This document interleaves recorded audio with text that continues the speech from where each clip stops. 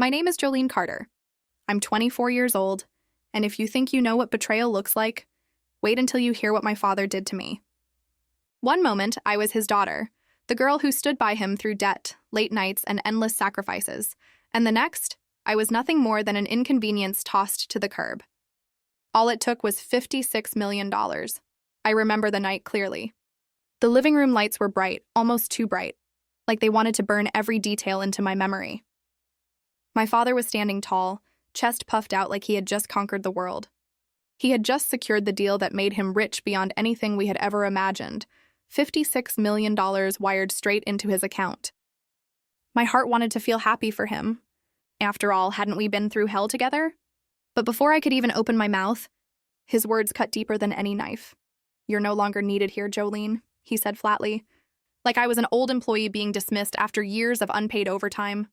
I froze. What are you talking about?" He didn't even flinch.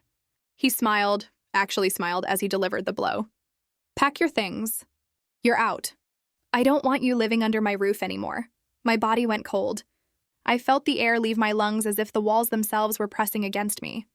The man who once carried me on his shoulders at county fairs, the man who swore I'd always be his little girl, he was throwing me out like trash. The room was silent except for the ticking of the old grandfather clock. My hands trembled as I stared at him. My voice cracked, weak but desperate. "Dad, you can't be serious." His eyes narrowed, and with every word, the father I thought I knew disappeared. "I've given you enough. You're an adult now. You'll manage. Don't make this harder than it needs to be." In that moment, I wasn't his daughter. I was a burden he couldn't wait to erase. I wanted to scream, to beg. But something inside me broke too deeply for words. Instead, I stood there, silent, replaying every sacrifice I'd made. I had been the one balancing bills, calling banks, making excuses to creditors when we were drowning in debt. I had been the one skipping meals so he could eat, putting off my college classes so I could pick up extra shifts. I had carried the family when he was too tired, too lost, too beaten down, and now, when he finally had everything, he decided I deserved nothing. I dragged myself upstairs, each step heavier than the last. The walls that once held my childhood photos now looked like strangers' walls. My room felt smaller than ever, suffocating, as I pulled out an old suitcase and started folding my life into it. Every shirt, every book, every piece of me I packed was a reminder. I wasn't wanted. From downstairs, I could hear him laughing on the phone, boasting to relatives about his sudden fortune. $56 million, he said proudly, like the number itself was his new identity. Each laugh was a hammer against my chest, each word another nail sealing the coffin of who we used to be. I thought of confronting him, of yelling loud enough to shake the walls. But then a thought burned hotter than the anger. If he could discard me this easily, what made him think I needed him to survive? I zipped the suitcase shut. That sound was louder than any fight could have been. When I walked down the stairs, he didn't even look at me. Didn't even glance at the daughter who was leaving with nothing but a bag in her hand. The man who was supposed to protect me couldn't be bothered to say goodbye. The front door creaked as I opened it. The night air slapped against my face, cold and merciless, almost mocking me. My suitcase rolled behind me as I stepped out, crossing the threshold between the life I once had and the uncertainty waiting outside. I paused, hoping just for 1 second that he'd call out, that he'd realize what he was losing, but the only sound was his laughter echoing through the house I could no longer call mine. I stood there in the dark, staring at the sky. My chest ached and my hands clenched the suitcase handle until my knuckles turned white. I wanted to cry, but the tears refused to come. Maybe I was too shocked, too numb. All I could think was, how do you go from family to enemy in a single sentence? I walked away that night, each step heavy with betrayal. The world felt cruel, colder than it had ever been. I had no plan, no money, and no home. But as much as I hurt, a fire quietly sparked in the back of my mind, because betrayal doesn't just wound, it changes you. And my father had no idea that within 24 hours, he would be the one on his knees begging me for help. People say money changes everything. But in my family, money didn't just change things. It revealed who we really were. Before the $56 million, life was a constant grind. I worked shifts at a local diner, the kind where the smell of grease clung to your clothes long after you left. My hands were cracked from washing dishes, my feet blistered from hours on my feet. And yet every time I collected my tiny paycheck, I didn't think of myself.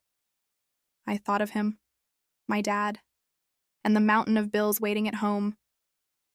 I remember nights where I'd sit at the kitchen table, stacks of overdue notices spread out in front of me like a battlefield. My father would pace the room, running his hands through his hair, muttering, "We'll figure it out." But it was always me doing the figuring out. Me calling landlords, me begging utility companies for extensions, me covering the gaps by skipping meals, telling myself I wasn't that hungry anyway. And through it all, I believed I was doing the right thing. That my sacrifices meant something. That someday, when things turned around, my dad would see me, not just as his daughter, but as the reason he hadn't lost everything. But the truth, the moment the money came, all of that vanished. I'll never forget that family gathering. The living room was packed with relatives I barely saw before. The uncles and cousins who used to avoid us when we were broke, now suddenly all smiles.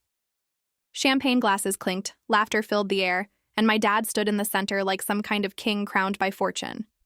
$56 million. Uncle Ray cheered, raising his glass high. "You did it, man. You're untouchable now."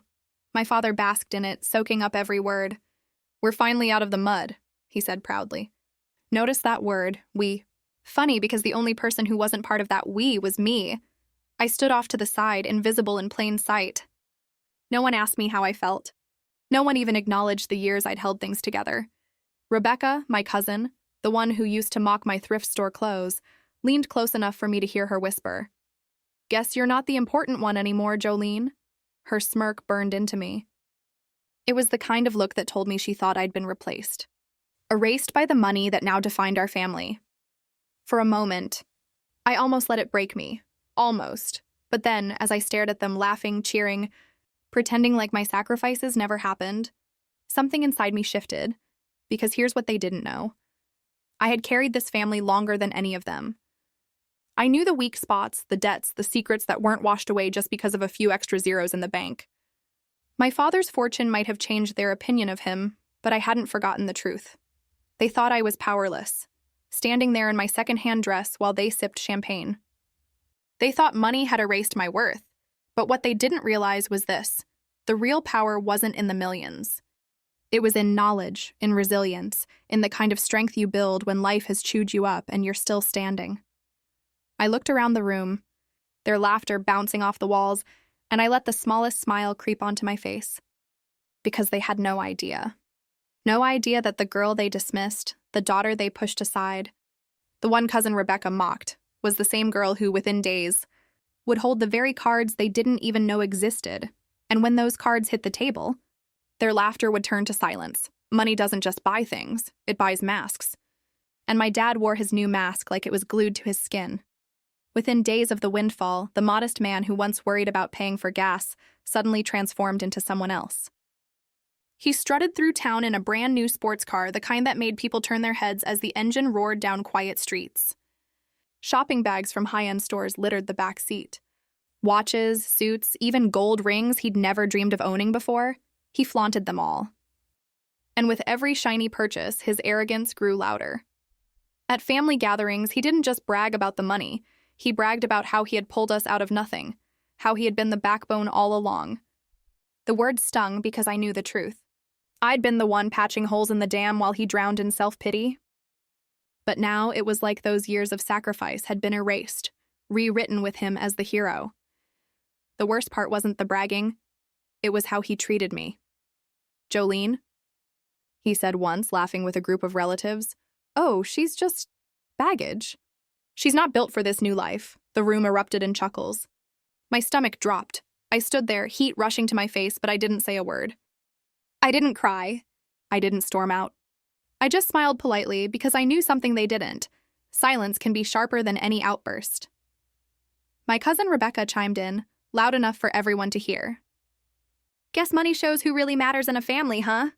My dad nodded. "Exactly. Some of us move forward and others stay behind." I kept my eyes on my glass of water, fingers trembling as I gripped it. Inside, my heart broke. Not just from the humiliation, but from the clarity. That was the moment I realized my father didn't see me as his daughter anymore. I was an inconvenience. A shadow in his spotlight, But as painful as it was, I also felt something else: awareness. I was watching him expose himself, piece by piece. The arrogance, the cruelty, the recklessness, these weren't signs of power. They were cracks in the mask, and cracks always spread. That night, I lay awake replaying his words, just baggage. They should have destroyed me. Instead, they carved a new kind of strength inside me. Because baggage doesn't just sit still. It travels. It carries weight. And when the time comes, it lands exactly where it needs to. The storm came quicker than I expected. It was a Tuesday afternoon when my father cornered me in the penthouse living room. His voice was sharp, his posture stiff. I knew something was coming, but nothing could have prepared me for the words that left his mouth. "You need to leave," he said flatly. "Today," I blinked, unsure I heard him right. "Leave? What do you mean, leave?" "This isn't your place anymore," he snapped. "I don't need dead weight dragging me down. Pack your things." The words cut deeper than any knife. For years, I had fought to keep us afloat, and now I was being tossed aside like trash. I wanted to scream, to remind him of the bills I paid, the nights I worked doubles, the meals I skipped so he could eat. But I didn't. I took a breath. "Dad, I've given everything for this family. How can you just— Enough!" His voice thundered across the room, loud enough for the neighbors to hear. "You're selfish. You've always been selfish. This is my life, my money, and you're not part of it anymore." I froze. Selfish. The word echoed in my chest like a cruel joke. Me, the girl who gave up her own dreams to hold us together, was selfish? Tears burned my eyes, but I refused to let them fall. He wanted me broken, begging. He wanted me to crumble. Instead, I stood tall. "Fine," I whispered. My voice shook, but my spine didn't. "If that's what you want."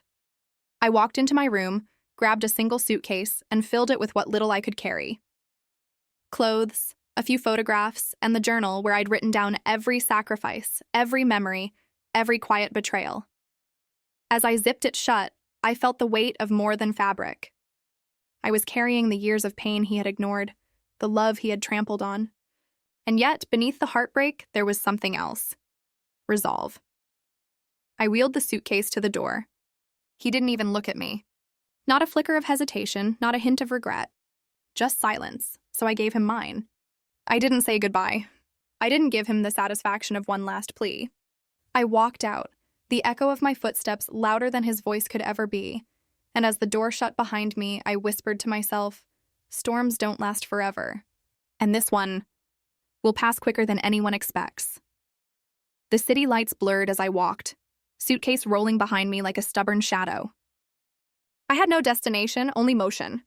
My chest was hollow, my throat tight, but I refused to stop. Every step echoed with the sound of my father's words, selfish. Baggage, not part of my life anymore. They wrapped around me like barbed wire, cutting deeper with every memory.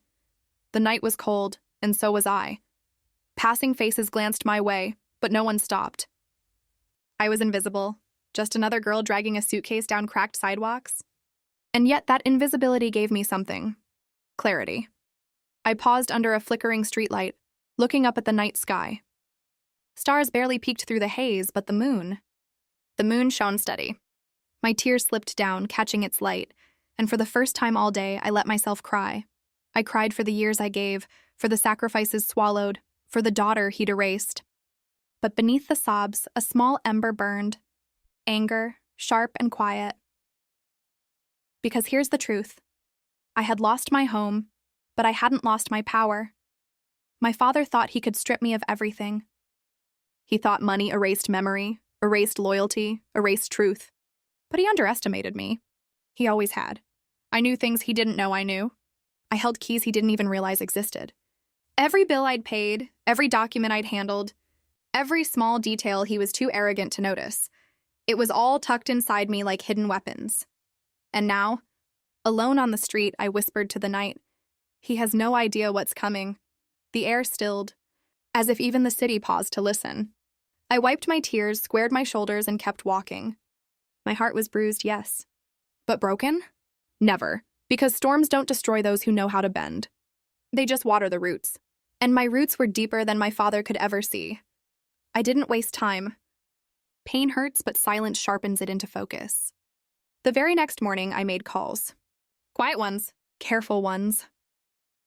By noon, I was sitting across from a lawyer whose office smelled of leather and old wood.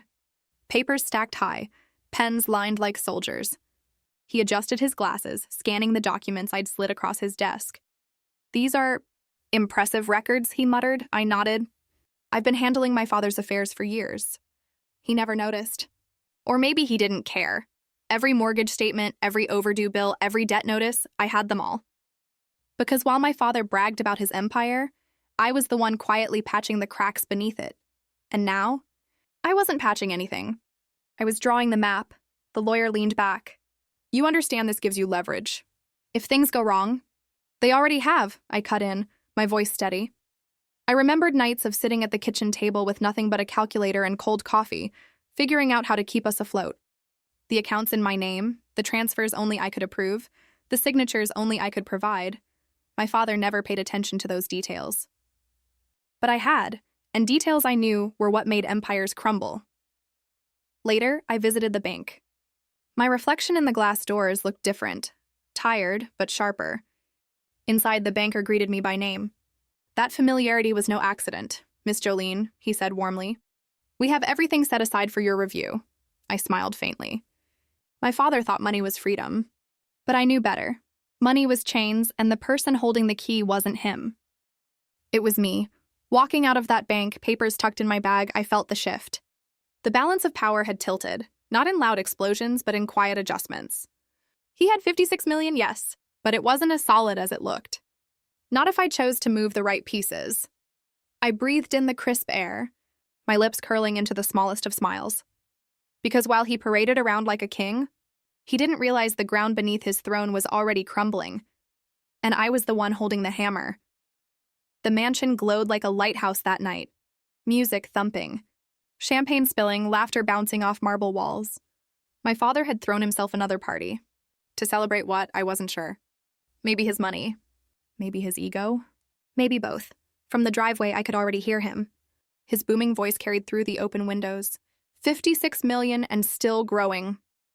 "Untouchable, that's what I am," the crowd roared, glasses clinking. I smiled to myself, not out of joy, but because I knew what none of them did. His throne wasn't as steady as he made it seem. I walked in, uninvited, calm, a suitcase in one hand, confidence in the other. The music softened as heads turned. My heels clicked against the polished floor, slicing through the noise. My father's smile faltered for just a second before he recovered, spreading his arms. "Well, look who it is. My little stray," he chuckled, eyes scanning the room for approval. "She thinks she belongs here." Laughter rippled, shallow and sharp. I didn't flinch. I let silence stretch, heavy and uncomfortable, before answering. "Funny," I said, my voice low but clear. I was the one who kept this place from falling apart all those years. "And yet somehow I'm the stranger," gasps, whispers. All eyes darted between us. His jaw tightened. "You're nothing but baggage, Jolene." "Don't embarrass yourself," I smiled, slow, steady, and sharper than his words.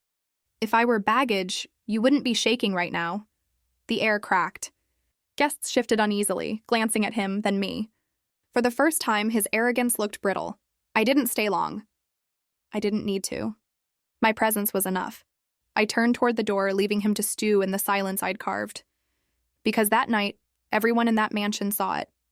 He wanted me erased, but I refused to disappear. The truth is, my father's empire wasn't built on brilliance. It was built on my sacrifices.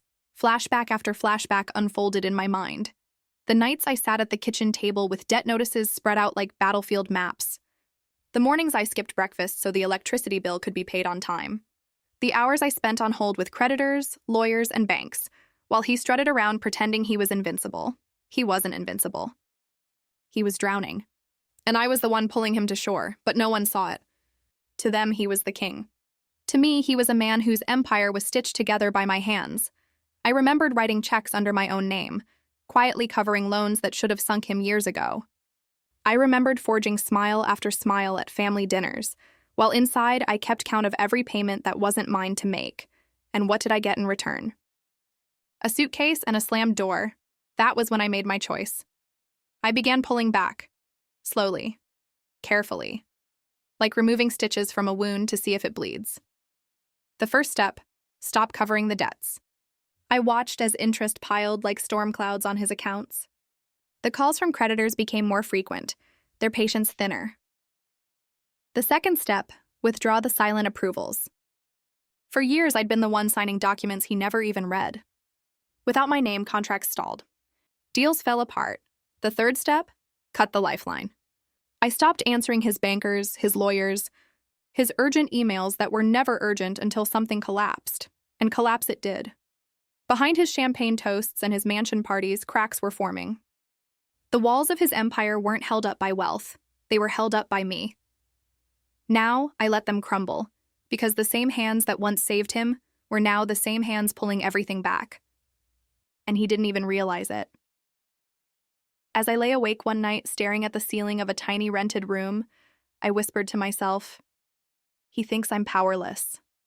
But he doesn't know who really built his empire. I smiled in the dark, my voice steady. And when the walls fall, everyone will know. The first crack in his empire was small. A phone call, a creditor demanding answers he couldn't give. He brushed it off with laughter, but I knew that laugh. I'd heard it before, the sound of a man covering fear with arrogance. Then came the letters.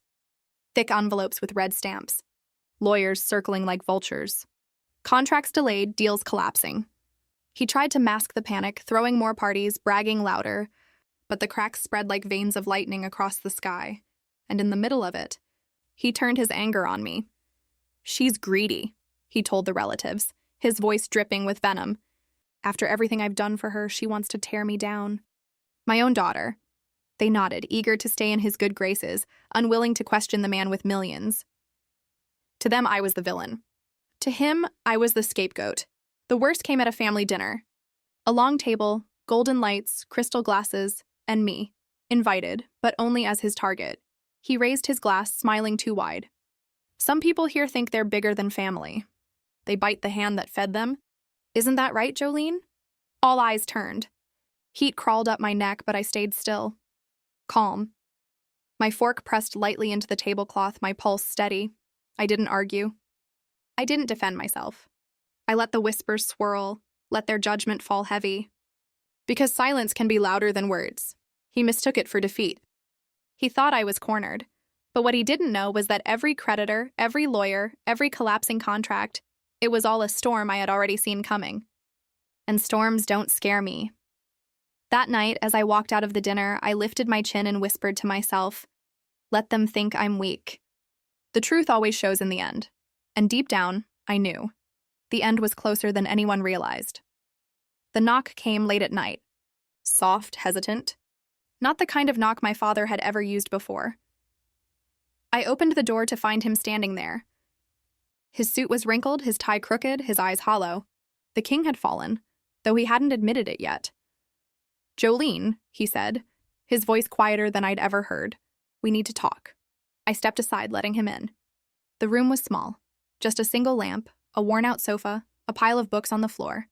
A world away from his mansion. He looked around and for once he didn't sneer. I know things. Got out of hand, he began, trying to steady his voice. But I'm still your father. And you're still my daughter. We can fix this. Together. The words tasted strange coming from him. He wasn't commanding. He wasn't mocking. He was pleading. Why now? I asked softly. Why come to me when everything's broken? His jaw trembled. Because you're the only one who can help me. For a moment, my heart cracked. This was the man I had once wanted to make proud. The man I had carried on my back for years. Seeing him like this, small, desperate, was almost unbearable. But then I remembered the eviction. The suitcase. His voice calling me selfish. You threw me out like trash, I whispered, tears stinging my eyes. And now you want me to save you? He reached for my hand, but I pulled it back. Jolene, please. I'll do anything. I stared at him. This wasn't revenge.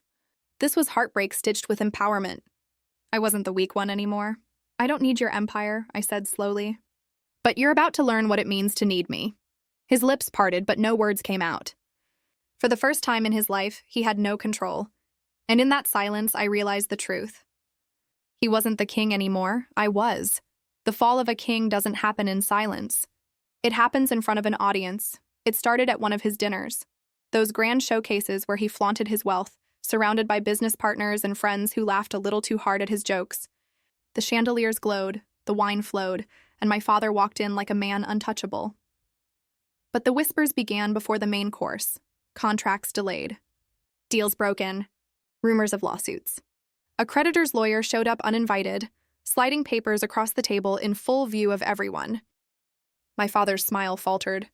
His laugh cracked. "What is this nonsense?" he snapped, his voice sharper than glass. The lawyer didn't flinch. "A notice. Payment due. Deadlines missed." For a moment, the entire room froze. Forks hovered midair, eyes darted, whispers turned into open stares. I was there too, sitting quietly at the far end of the table. I didn't speak. I didn't move. I just watched, and then it happened. The moment no one expected. My father slammed his fist on the table, his face red, veins bulging. He shouted at the lawyer, at his friends, even at the staff. The mighty man who once strutted above everyone now cracked in front of them. "Do you all think I'm finished?" he roared, his voice breaking. "I built everything you see. You'd be nothing without me." But no one looked convinced. Some leaned back in their chairs, others exchanged pitying glances. The power he had once wielded evaporated in real time. I sat still, a calm smile tugging at my lips. I didn't gloat. I didn't humiliate him further. I just let the silence do the work, because the truth was finally visible. He wasn't untouchable. He wasn't invincible. He was just a man cornered by his own arrogance. As the guests excused themselves one by one, their loyalty dissolving into the night, I caught his eyes from across the table. And in that moment, I think he realized the daughter he had once thrown out was the only one who saw this collapse coming. I rose quietly, adjusted my coat, and walked out. Behind me, his empire fell apart like glass shattering on marble, and I didn't need to say a word.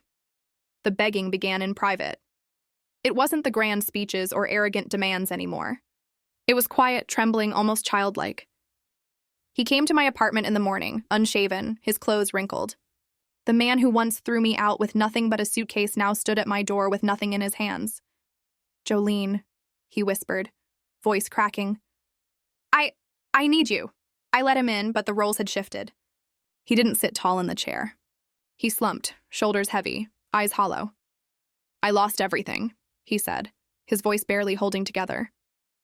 "The friends, the deals, the respect. It's all gone, and you're the only one left." For a moment, my heart softened.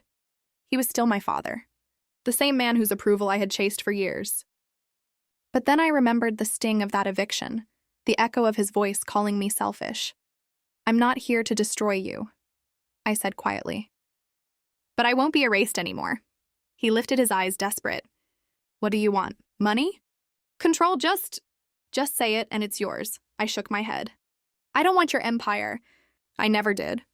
What I want is respect, boundaries, my dignity." He swallowed hard, shame flickering in his eyes. For the first time, he wasn't bartering with power. He was listening. "If you want my help," I continued, steady and clear, "you'll do it on my terms. You'll stop treating me like baggage. You'll acknowledge what I've carried for you, and you'll never raise your hand or your voice at me again." He nodded slowly, broken. "I'll do anything. I promise," the irony cut deep.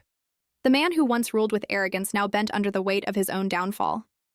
And I, the daughter he underestimated, stood taller than I ever had before. I didn't celebrate. I didn't gloat. Empowerment isn't about revenge. It's about reclaiming what was taken.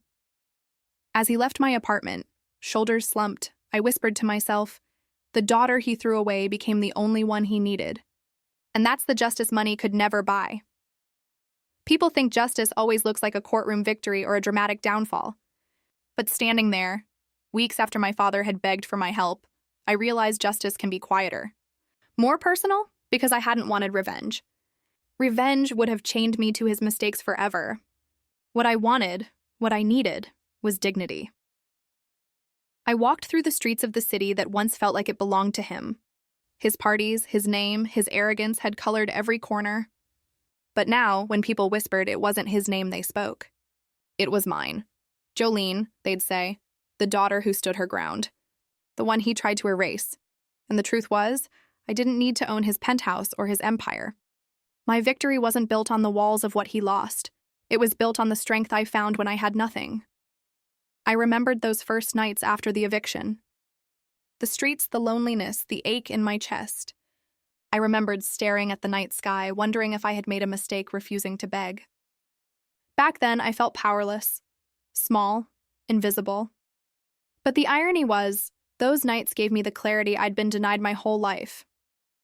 When you've been stripped of everything, you learn what truly matters. And for me, it wasn't money. It wasn't titles. It was the simple truth that my voice mattered. My father still walks with his shoulders bent now, humbled by his losses. Sometimes he calls, his tone softer, unsure. We don't talk often, but when we do, I see it in his eyes. He knows the balance has shifted forever, and my answer is always the same. I will not erase the past. I will not pretend it didn't happen. But I will not let it define me either. I live in my own space now, not the penthouse he once tried to take from me, but a place that feels entirely mine. Every piece of furniture, every photograph, every light switch. It all tells the story of a woman who rebuilt herself without needing anyone's permission. Sometimes I wonder if he lies awake, remembering the moment he raised his voice and his hand at me, thinking it was power. I wonder if he knows that wasn't the worst betrayal, because the real slap, the one that cut deepest, was when he threw me away. That betrayal could have broken me. Instead, it became the very reason I rose higher. So I tell this story not to celebrate revenge, but to remind anyone listening, the moments meant to silence you can be the ones that teach you how to speak. And as for me, I'll never let anyone silence me again. The slap of betrayal wasn't physical. It was when my own father threw me away. But it became the reason I found my voice, and no one can silence it again.